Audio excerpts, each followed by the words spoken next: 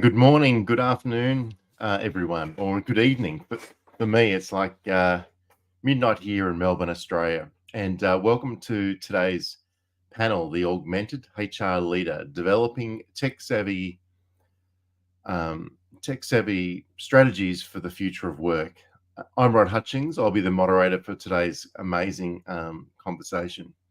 And I mean, today we are witnessing so many rapid advancements in technology, and HR professionals, leaders are tasked with navigating the new world from AI, automation, data analytics, you name it. There's just so much going on. So I'm really looking forward to having a great conversation today as we delve into this. And so to get us going, let's bring forward our panelists today. Thank you. And what an amazing group of panelists we've got today. So really looking forward to our conversation, and welcome back many that I've been on panels before with. So to get us started, before we dive into discussion, we'll go around our little virtual room, and I'll give each panelist the opportunity to introduce themselves and just share a bit about, what's their interest and passion around this topic. And we'll go clockwise, and we'll start with Tracy. So welcome, Tracy. Thank you. Looking forward to our conversation, you all.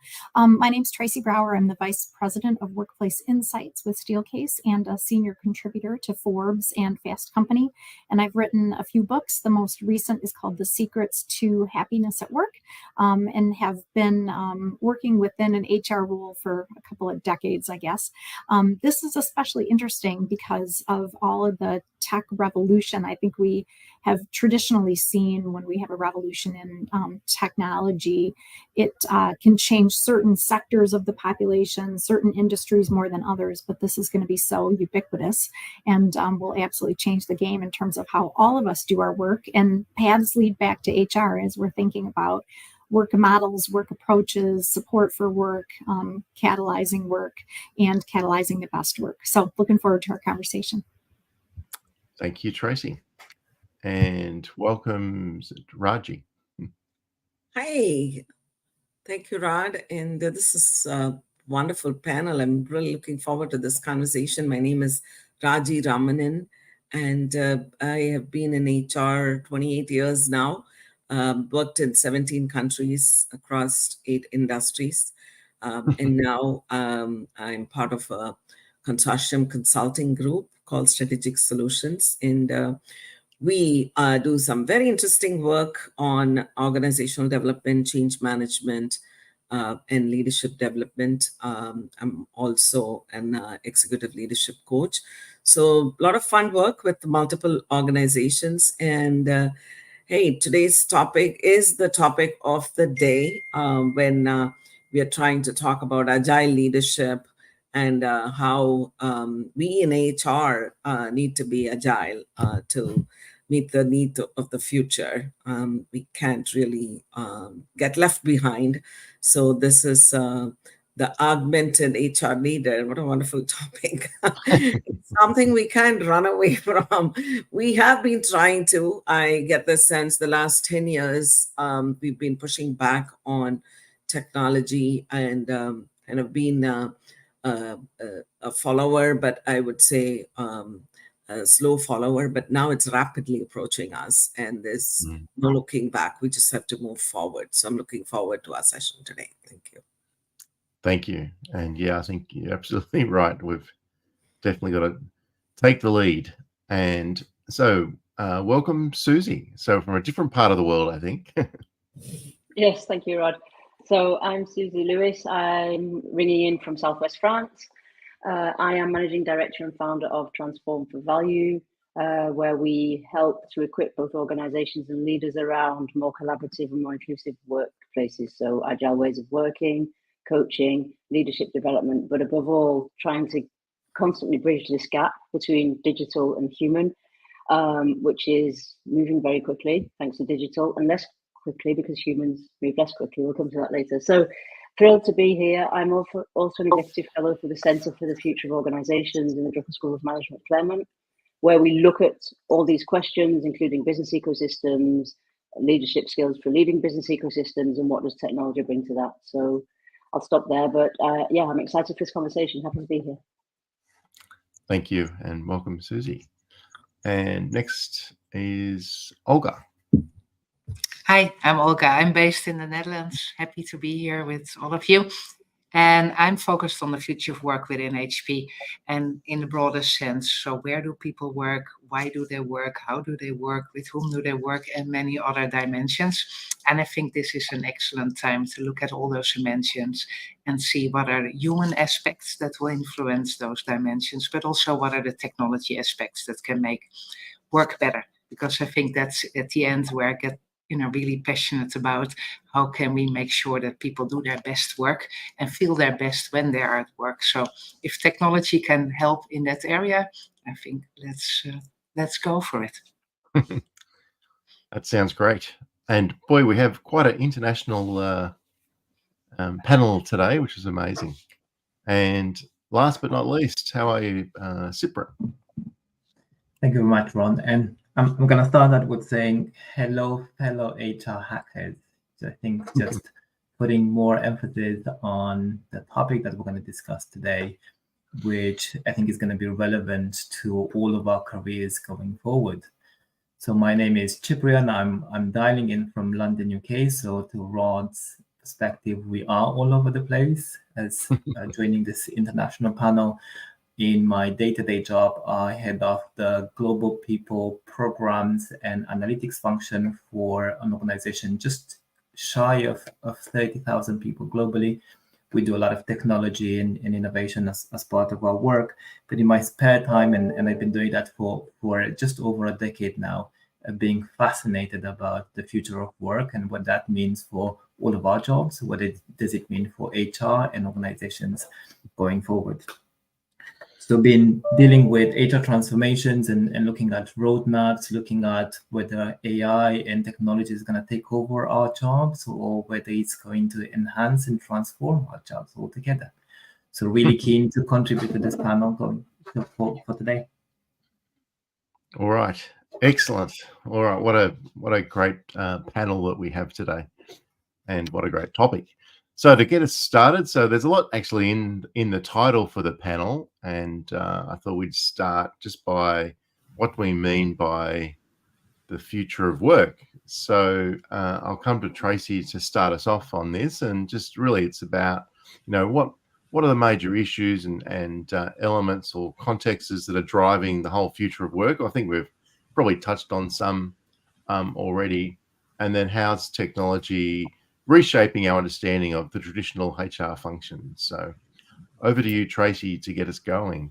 Yeah, absolutely. I mean, we're just, I think, in an epic time right now in terms of all the changes. And answering your question, Rod, like what are the things that are shaping the future of work? The talent shortage is sort of top of mind. Every developed and developing country has a declining birth rate right now. And so the shortage of talent is going to make our work so critical. Attracting, retaining, developing, engaging people will be a really, really critical thing with fewer and fewer people to do the work that we need.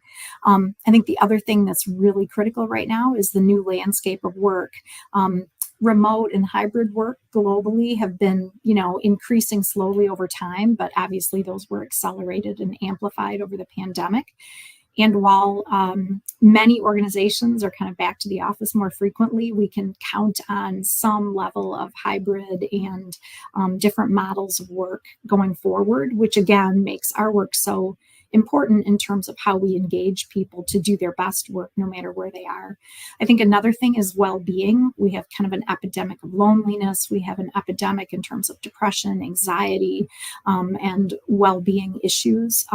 There's new research every single week on the extent to which those are globally faced. And so that's another thing, right? Work can be a source of purpose and camaraderie and learning, and those are really fundamentally associated with our well-being. And tech will reshape it all, right? Because we will need to think about how do we use tech to be efficient in our HR practices and deliver even better, but how do we maintain humanity and a humane approach so that people still feel like they're interacting with human beings, and we can balance that need for both efficiency and effectiveness with humanity. So I know we'll talk about lots more, but tech will be one of the hopefully enablers toward people being able to do their best work versus friction points. Wow, there's a lot into that. And yeah, I really myself hadn't thought about the whole, just the amount of people in the workforce is changing, as well as the whole landscape of what the actual, how we work, which is where we're located and what we're using, just seems to be changing and changing. Anyone else want to add to Tracy's intro question? No, you've covered it perfectly. Yep. So, I think it was very good, covering was indeed very a lot good. of things. Yeah. And I think one thing I would like to add maybe is that I think we want to be more proactive and more predictive when we deal with work and how work can be involved, instead of just wait and see. Be a bit more proactive. What can we learn from our people with listening efforts? What can we learn from different generations in the workforce? What can we learn from other industries? So I think we become broader and broader in our approach to listening, to understanding, and then see how can we be more proactive so that we can prevent issues and already, elaborate on opportunities instead of wait and see until it's that far. So I think the whole HR function is becoming more proactive, and that will accelerate some of the trends that we already see. I think Yeah, you and brought in just a lot building of on, great points there. Sorry, I was just going to say, building on that's all human change. So I think this paradigm change in terms of what tech is bringing and the different generations, and what both Tracy and Olga were saying about learning, the whole learning paradigm is changing. So that's a big ask, and particularly for HR in terms of supporting the organization. yeah, I think and I just had this conversation, with my 7-year-old son recently. Just the whole concept when we were in lockdown with COVID and everyone's remote from school, the whole communication really, particularly for his generation, he was just really communicating by texting, and so it's quite sharp. And I think one of the things you brought up, Olga, that I think that we can, well, certainly he can benefit on anyway, is just not being as sharp and just actually just trying to really listen and talk to people and listen, take in what they're saying, rather than needing to respond so quickly. It's just interesting, just the way that the experiences people had and how it shapes them. All right, I think we'll move on to our next question. I'm going to come to Olga actually for this one, which is around technology impact on HR functions. And I'm just curious on just exploring what aspects of HR do you think will be most impacted by technology in the next 5 years? Well, if I'm honest, I think all aspects of HR will change radically the coming time. So, of course, people always want to have the top 3 or top 5 or top 10. And of course, we can go into some areas that are most impacted or most likely. But I think all aspects of HR are changing because all elements of business are changing as well. So I think if you look at the most impactful, probably in recruiting, we already have seen a lot of changes that technology has brought in the way that you can screen candidates, that you can refer, that you can take in certain candidates. If you look at talent management or career management, of course, you have talent marketplaces driven by HR and many other skill-based revolutions that are enabled by different technologies. Overall in L&D and skills management, much more focus on being personalized, so not delivering a one-size-fits-all approach for learning, but really deliver personalization at scale. And you really need technology in order to do that, because it's almost impossible to do that only with human capacity. But you can also look at personalization of your rewards, or personalization of how you plan certain workforce activities. So I think personalization at scale is probably something that is one of the biggest changes that HR needs to look at and needs to work with, which is enabled by technology. Mm-hmm. Thanks, Olga. Anyone want to add to that? Any other aspects that you didn't cover?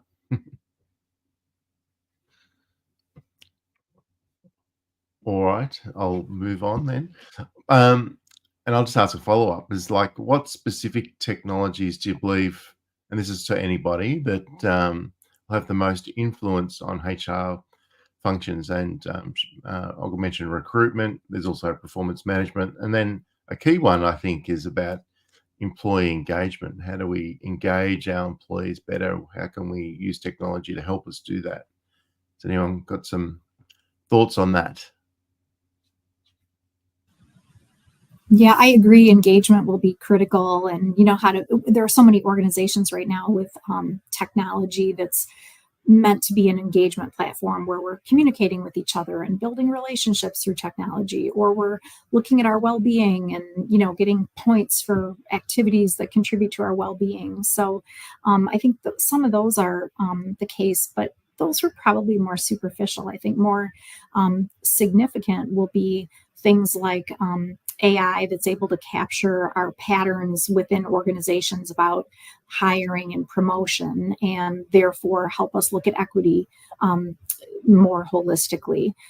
There's some really, really interesting work going on around, you talked about recruiting and selection, Olga. There's some really interesting work going on there, which will be very significant in terms of more quantitative analysis of people, and therefore their likelihood to get a job and the kinds of things that we should interview them for.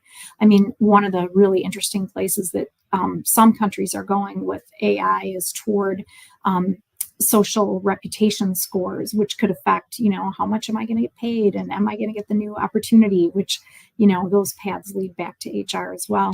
I think it's just really interesting to look at the whole employee life cycle. And there's probably places within each of those elements of the life cycle, from performance management technology to career development technology to new ERP technology that takes care of more of the routine jobs so that people can maybe take on more fulfilling roles. All of those kinds of technologies will make a really big difference as we move forward. And I would like to add something to what Tracy just said, that I think she brought in a great point.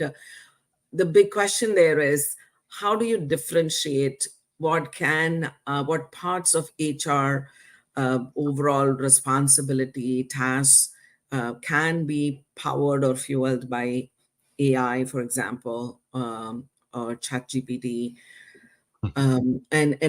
Power AI is really big on some of the contributions of it to HR processes, and what part still needs the human touch.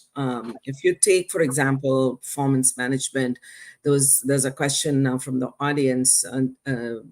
John Espino talks about how the workplace is becoming more digital and fast-paced, and how HR can bring advanced tech like AI for performance tools and real-time feedback systems. It's happening right now. It's just that it's slow, and it's only few organizations that are actually attempting it.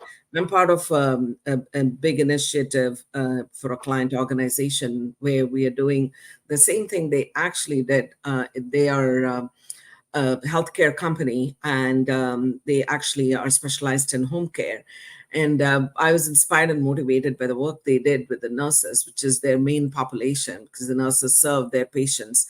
And they have like 30,000 nurses across the US. And what they did was to actually segregate tasks that an AI nurse can do, like a routine reporting, call-ins, resource management, all that. And then the big part of the human touch, which is a big part of a nurse's job, we all know that, is still the real person. So it was unbelievable and extremely inspiring to watch how they created AI Nurse Mary and a real Nurse Mary. And the patients even were educated on how to interact with both of them. And that was a big inspiration for the HR department. And I'm part of the exercise where we are actually segregating the tasks that AI can do. Like performance management is a great process, feedback mechanism. So we've created a just-in-time tool. So there's a lot we can talk about, but it's there, it's out there. It's how we grab the opportunity. It's how we are empowering and fueling ourselves. And there's a huge cost involved. Let's not forget that. And we can talk about it a little more. And I think, Rod, you've asked about what type of technologies. And I think, imagine most of our technologies that we use today on steroids.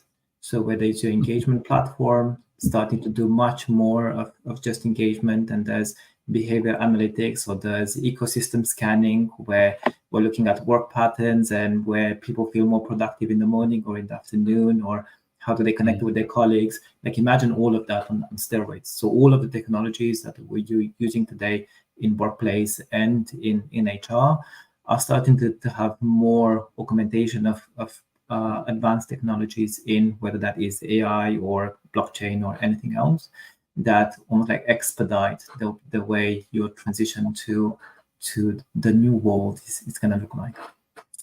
So just to build on Cyprian, there's a tool that I came across, which an organization is just, they're actually test piloting. And I was part of the SME to provide the comment and advisory. And it was very interesting how they actually go through all the conversations, both internet and intranet for them. And they actually find out which department is basically, there's going to be a lot of resignations, or which department the morale is down, which department is very high on the recent policy that was announced, and which department is cheering the CEO on the recent speech he made. So seeing the pulse of the employee engagement, and we are still in a world of conducting surveys, and which is great, but it doesn't really tell you things on the ground and where the rubber hits the road. So this bot was extremely helpful in being the here and now and being in touch with the reality, not carried away by all these legacy systems that we have. Yeah, I think that's pretty important, is actually the here and now, what's going on. Sometimes the retrospective sort of getting data in by surveys that happen once a year or every few months, sometimes people just don't put the data in to actually get a real proper pulse of what's actually happening. So it can be quite skewed, I think, what actually goes in surveys at times. All right, so I'm going to come back to Sipra and actually, like we've touched on, there's many elements of technology that are going to impact business in general and HR in specific. I'm just curious about, what are your ideas about what's most crucial for the future of HR in all of that? So, in terms of what do you think will, be the number one that's going to impact the most? Ooh, I don't necessarily like the number 1, 2, 3. I think what we've seen in the past 2 years has been an acceleration of the technology roadmap, and most organizations are now behind the adoption curve. So like we're struggling to keep up with what's coming up next. So like we're now 5 major versions behind ChatGPT, if you take it like that. Some organizations haven't even adopted the first iteration of it, and now we're version 5.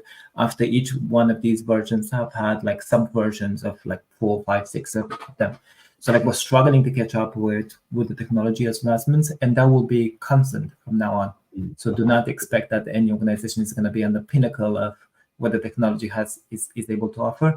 The moment that we implement something in the organization, there's already something shinier and newer out there in the market that we're going to be competing against. But what it does is like puts like level of importance, and some of them are being brought into the element of crucial. You love the fact that you use crucial there to almost like on our roadmaps and key elements. So you have AI, and the way I'm thinking about them is like I'm also almost visualizing like pie charts to say AI and automation and data analysis, and then the significant overlap between these, because what you're seeing is the aggregation of forces across different areas actually expediting the journey faster. So you see AI, and a lot of us have interacted with generative AI, but there's multiple versions of AI. So there's conversational AI, there's generative AI, there's computational AI, and they all fit into different parts of the world. So computational AI could be used in data analysis. And what Raji was mentioning earlier, like we sit on more mountains of data than ever before, mountains that we've never looked at, almost like behavior analysis of when people log in and when people log out. What do? Do they start with chats on Teams, or do they start checking emails? Do they open stuff on their mobile and they start picking up while they're still in bed and they're having their coffee? All of that is data. And what you see now, all of these mountains of data are starting to make sense. And with the power of AI and big data analysis, we're starting to make sense of all of these different elements of data. So that's going to be like one of the crucial elements of how AI is being used. But it's also amplifying our level of automation. So we've also covered with automate what makes sense to automate, rather than the human touches and the interactions between humans and your people. So you're going to see a bit of like a pendulum of automation, where organizations are going a bit too much into automating maybe things that we shouldn't, and then rebalancing, because there's also like a bit of a social justice of we need to keep things as human as possible. So bringing that pendulum back in the organization. You're also seeing blockchain, and I'm mindful that we've touched on it. We just haven't called it as blockchain. And we've mentioned, I've made a note here of social recognition, or you get like LinkedIn now absorbing credentials as you're completing courses and things, or you see global talent marketplaces where they give you like recognition for different type of skills that you've developed that now don't sit with the organization, but as an individual, you're taking them with you, and they get validated from organization to organization. So imagine that as a blockchain, where background checks or right to work checks or your credentials or your skills get validated regardless of where you are. So that is starting to become more and more important at work. One area that is critical but is still high risk at the moment, so I personally don't feel like it's regulated enough, is wearables in the workplace. So we're starting to provide more and more incentives to people to take on wearables, whether it's like a smartwatch or any type of other monitorings, then without necessarily my perspective only, without the rigor of the science, we're connecting that with output. So we're saying people are tired or are stressed or anything else because we're picking up some of these metrics from the wearables. And last but not least, that we've seen still quite costly for organizations is this mix of VR and AR. So like VR, and you've seen some failures of like metaverse and not necessarily picking up as fast as we want to, but AR being significantly more advanced. So imagine working in like a workshop and you're looking at broken cars and you're putting some goggles on that you can still see the car, but through diagnosis of the tools, it's already telling you of what are the type of steps that you should check, what is working, what's not working, that there's liquid dripping and everything else, and gives you the full diagnosis just by looking at the cars through those goggles. So those are the type of things where you're thinking of how the world of work will change and some of the criticalities of some of these elements. But again, like think about the overlaps of all of these things as you're thinking about them in isolation. I agree with you, Cyprian, but I'm really intrigued by the comment that one of the people listening have provided, Yulia. I would say that only the tasks that require staring at the screen, tables and sheets can be replaced with AI. The ones that require human interaction still cannot. And I am worried about that for the future. The HR Connect. My son works for a very big technology company. I don't want to name the name, but he doesn't know who his HR person is. He's been working for the last 11 years in this company. And to me, that is a big problem. HR people are not... Is it though a big problem that you don't know your HR counterpart? Or Yes. you could just expect that you're being supported? He's not in HR, but he, as a person, he doesn't know who is supporting him because it's all machines. There's no human touch. And it does definitely make a huge difference when he talks about how demotivated people are. His company recently laid off some 3,000 people. And it's a huge company. They have 100,000 plus people across the globe. And who's providing them their comfort? I mean, it is the human touch that is required. And they just deal with platforms and they just deal with systems. And that is something that is a big question that we need to think about when we're looking at what is it that we will technologize and what is it that we will still require human touch. The algorithmic biases that happens in the recruitment process, God, oh God, like that has been discussed for the last 10 years that I have known of, and how biased the whole recruitment process is because we are overly using technology and it's not bringing the right people in. And therefore, how much of talent loss we have as a result of that, because we are letting a technology pick up, job trades through a resume, and we are completely marginalizing the whole process. And it's okay to use technology for entry-level positions, but we use that for across the levels in an organization, and that is a problem. And unless we are cautioned and do some kind of control mechanisms to take care of these biases and prejudices that technology can bring in, and still have the human brain and connectivity still part of the process, not completely relying on technology. I think that would make the future more seamless in terms of adoption and utilization of technology in the appropriate manner. You bring up many good points there, and particularly the whole recruitment. Like, you have people now are using, Chat GPT to help them put in their resume, and then you've got the other side trying to work it out. Exactly. And there's not a person in either position. I think you're right. Like, it's very easy for people, and then if you're not an effective user of Chat GPT, but you're an effective executive, you don't get through to the screening process. That's a bit of a problem, isn't it? And I think it's that pendulum that I mentioned before, like how Yes. much are you automating? And Mhm. it's normal, it's part of the evolution for us to go over until we rebalance. So like at the moment we have ChatGPT talking to an ATS GPT, trying to communicate with each other of what's actually information and what's not information, and how do we classify people coming through. We've have applications where we get a few thousand people applying for them, that it's just impossible for human touch to be able to process that many applications and be able to sift through what's actually happening and what's not. So that you need to put some of these things in the context. Like, Yes. I do agree with Raji on there's still requirements for human touch and how we're building that in the organization and how we create the environment.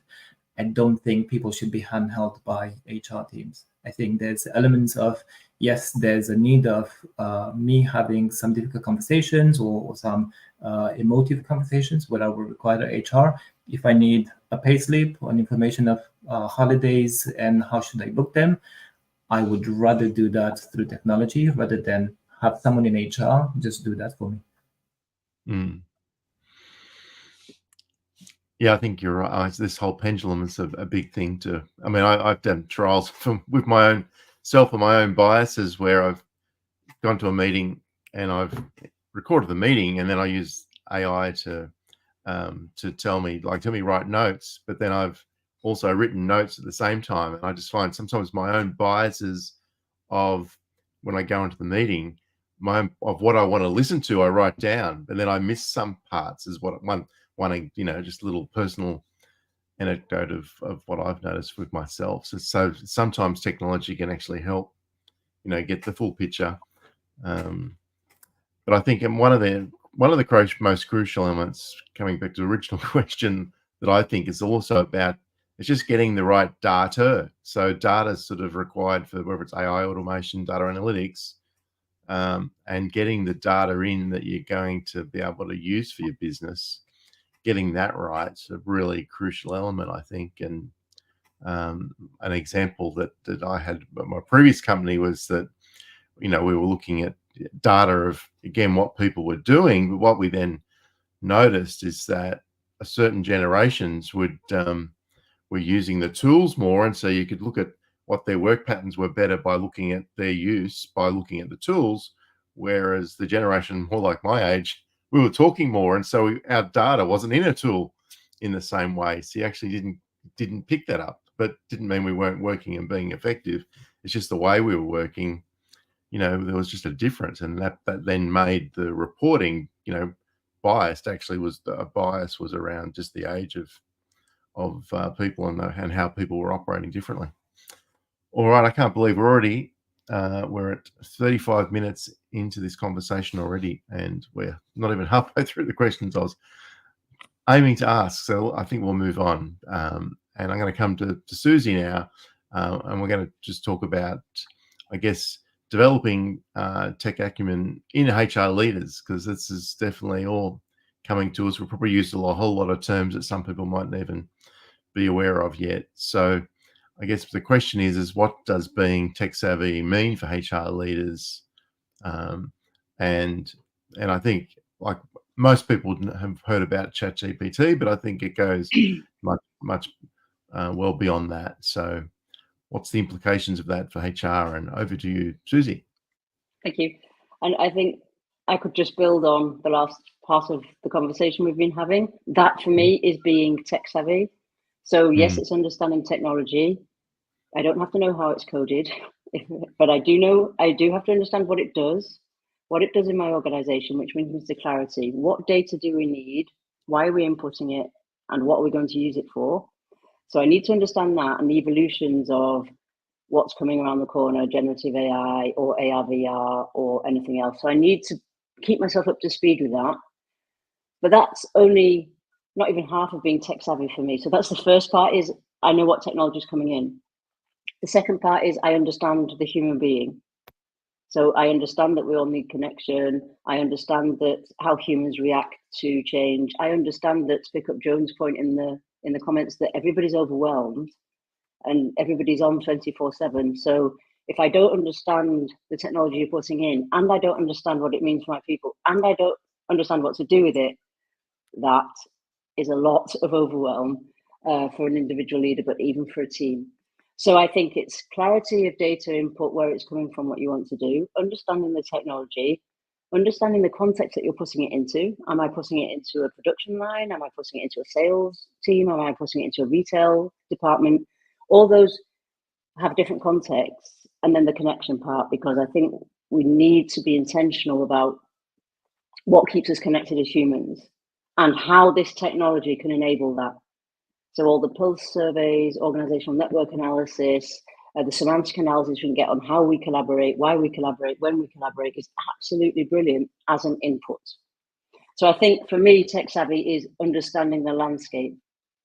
So the clarity of the data and the technology and keeping up to date with that, understanding the context I'm putting it into or I'm working with, and then keeping that human connection, understanding really what is essentially human and how we can make time for that, because otherwise technology can, if we want to, let us become almost 100% transactional. And if I put that together with overwhelm, that could be disastrous for people sitting at their desk, just not really understanding, feeling scared, and having too much data. So that's an extreme exaggeration for emphasis, but they're the 3 C's, if you like, that I would talk about around developing tech savvy leaders. Mm-hmm. Thanks, Susan. Anyone want to add on to that? Yes, I would like to. I completely agree with you, Susie. Context and connections are really important. What I think is also important is having kind of the right mindset. Because if you have the mindset of continuous learning, so whatever comes your way, you really want to learn and see what are the best opportunities, that already is kind of a curiosity and openness to explore new ideas. I think those are really important. But then also having a mindset of experimentation, because there's so many things we don't know yet at the moment, where we really go so fast. So being open to experiment and having not a clear defined solution yet, but an idea like, hey, this is what I would like to test and I'm open to the outcomes. I think that's new for many people, because we were so used to make a business case, have a 10-year plan. It's, strict success criteria. I think now certain things go so quickly that you need to be open to experiments and then really test out, what do I want to achieve? What do I want to know? And what is the best way forward, instead of already having a full solution plotted out, because then you're too late by definition, I'm afraid. And I think, the implications for the HR function, that is a huge culture shift. But the implications for HR, if I come back to the automation and just how powerful these tools are, then it's freeing up a lot more time to do exactly that, developing a learning culture, helping people with remaining curious even when it's difficult, even when they're scared. Those type of things are crucial for me in terms of what this is going to mean for HR as a function within an organization. It's going to be a lot more human, and I'm not joking about that, but because we can automate so much of the resource part in terms of the processes, the employee lifecycle Tracy was talking about, there's quite a procedural element to that, and then there's a huge people element, and it will give us more time to look at the people element. Great. Anyone else? One thing I think is really interesting in this conversation, I totally agree. Like, we need to understand what we're trying to do, jump into it, experiment, have a mindset of learning. I think the other thing is that we need to think about guardrails. So like, if every employee goes, we encourage people to learn and experiment, and every employee goes out and starts using Chat GPT, but we're putting in maybe confidential information or, competitively sensitive information, that's a problem. So I think we need to figure out, how do we create that mindset of experimentation and learning and continuously improving, along with those guardrails that are going to keep us safe as individuals and as companies. So that's, I think, TBD, right? Like, none of us have that figured out yet, but it'll be important. And Tracy, you bring about a great point, to what extent some of the data that's going through, Chat GPT, Power BI, any of these tools, even if you have pods, the most important thing is that whole mindset of confidentiality of information. We recently did an analysis of Hogan reports for 50 high potentials in this client organization. And we wanted to highlight what are the top themes that's coming up, and what are the top training needs that's coming up. So we used Power BI, and were so sure to remove all the names of the organization, of the individuals.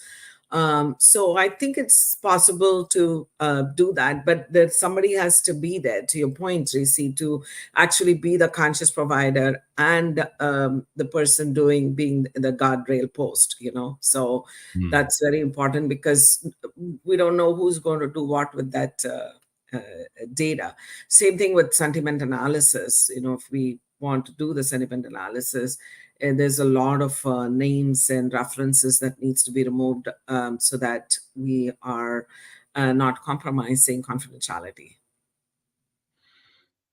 Which is definitely a big challenge, isn't it? Because most people, people working at home, everyone's got access to the internet. Everyone can just unintentionally share stuff that they shouldn't be. I work in the defense military industry, so certainly where it becomes, part of our guardrails is that literally, you need to lock your phone up before you walk into the office. Like, you just can't use it, and you lock off the internet for doing certain things, which has its own challenges, obviously, as well, about what technology you can use when you do that. And that's one extreme of guardrails, but it's a really important topic, I think, you bring up, Tracy. Yeah. And there are lots of questions about how, as candidates, they can cope with the technology that is prevalent on the other side, how to match with that. And actually, I can talk separately on this topic, but then we actually coach candidates. I'm a career coach as well. We coach candidates how to use AI and chat GPT as a candidate to deal with the technology that they will be part of through the recruitment process. So just like how we train people how to use technology as a recruiter, we also now train people to the candidates. So that'll be a separate topic of discussion, but that's what it is leading to. So I want to make a point here. So we cannot run away from technology. If you're a candidate and you think that I don't want to use any of these things, so unfortunately, that's not going to help you. The more chances of your resume being viewed and the more chances of you being part of the selection process would be if you jump into the wagon and play the technology game yourself.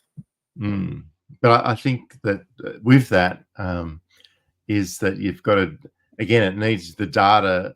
You need to somehow be able to then use data about yourself and what's unique about yourself and your unique experiences.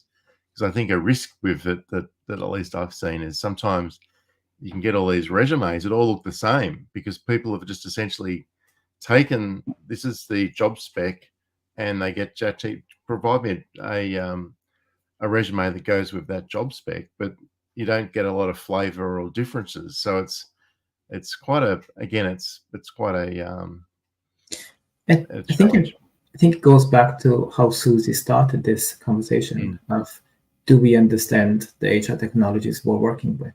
So mindful if you're getting 80% of CVs that are now written by ChatGPT, but also all of these ATS technologies that we're working with have identifiers for CVs that are written by ChatGPT. Therefore, they're already like scaling down on all of these different jobs, all of these different CVs that might not be as accurate as they should be, written by humans. And it's all about like that starting point that Susie mentioned, which, do we understand? Are we equipping and educating ourselves around what is that technology and how that technology functions? Can we explain it to other people? Because if we can't, then that's like a big gap for us as HR leaders in our organizations. And how we can augment that whole technology bias with processes that can still bring the human touch and bring the human connect and make a difference there and have some checks and balances.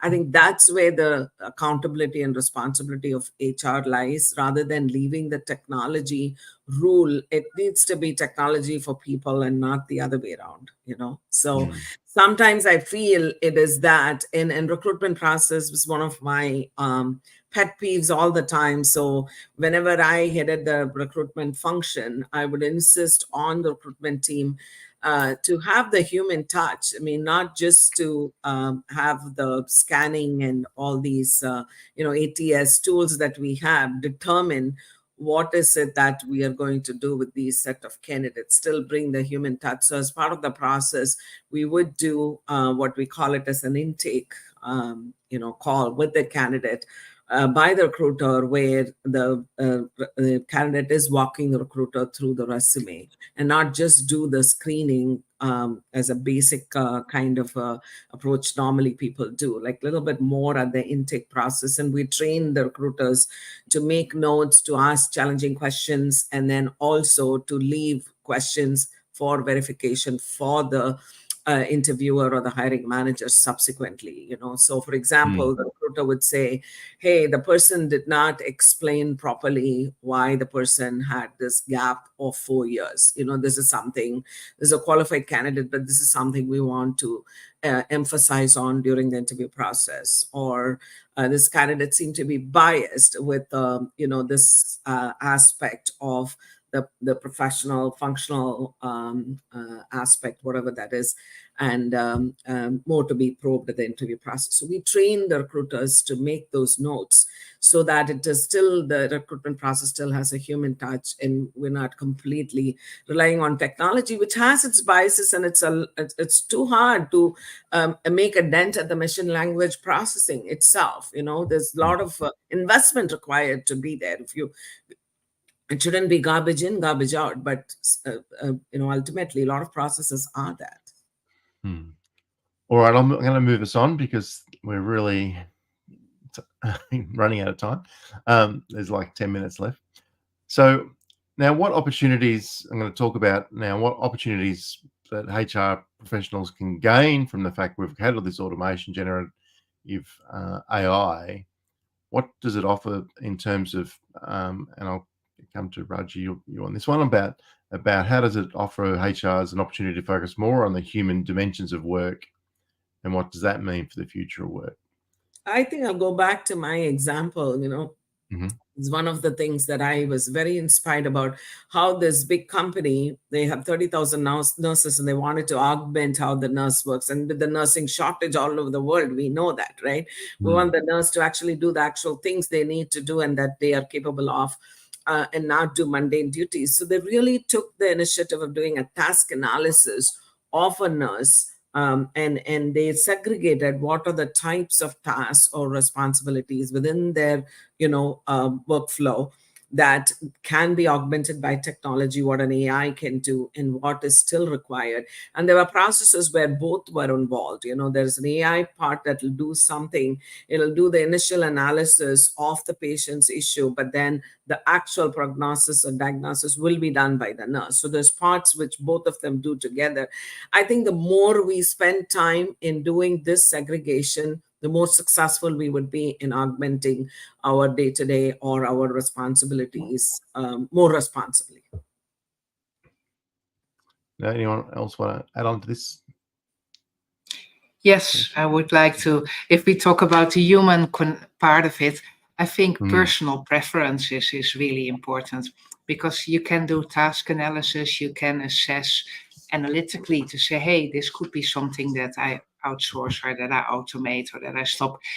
But it might be a portion of the job that somebody really enjoys. So what if you take away a lot of the things that the person really enjoys to do? Then that person might not be that motivated for the newly designed job. So I think personal preference is very much important, as well as personal capabilities and future needs. But you need to have that human connection to really make the right dots, because some people might be perfect in an agile environment, floating to work, and having AI bots as their colleagues versus human beings. And other people really would hate it, and they really want to be much more in human contact. And that's a huge part of their job satisfaction. So I think it's great that we have all the data and all the analytics and that we can really match certain things. But personal preference is really a very personal subject, and you need humans to make the right connections there. Yeah. And I think there's also an element of what does your organization actually need? So looking at the roadmap of your organization, how you work, and the cultural elements, is, I don't know, a chatbot in AI a good idea? Like, we said no to one, and we've avoided automating some of the conversations. And if you're on the HR portal and you're opening the chat, you're actually talking to an agent. And we said we're not ready for any type of additional interface between our people and the HR function. And we want, on a touch of a button, people to have access to someone in HR that will talk them through elements. And we are a technology business. We're developing AI, and we have AI that does a lot of our governance and risk elements across the organization. We said, from our culture perspective, we don't think AI chatbot will be a good idea to bring another layer between our people and the HR function. And that's perfectly fine. It's a known decision. It's a clear decision that we've made based on the cultural norms and some of the assessment that we've done within the organization. So do not feel like, as a leaders in the organization, you're constantly pressured into moving everything into AI and technology. There's like balances of what works for different organizations and what would work for your people as well.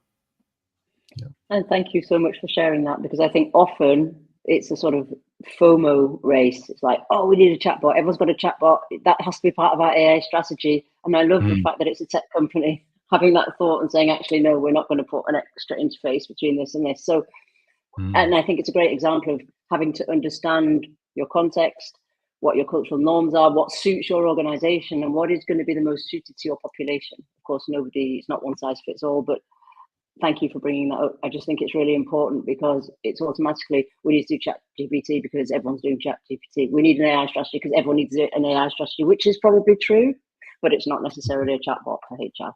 So, thank you. And we said we would rather spend time educating the organization around ChatGPT models and everything else, rather than deploy it in the absence of that. So like, we're spending a lot of time training people and teaching them like the difference between like open source chat and AI versus closed source one, where sort of the difference in the restrictions and the securities.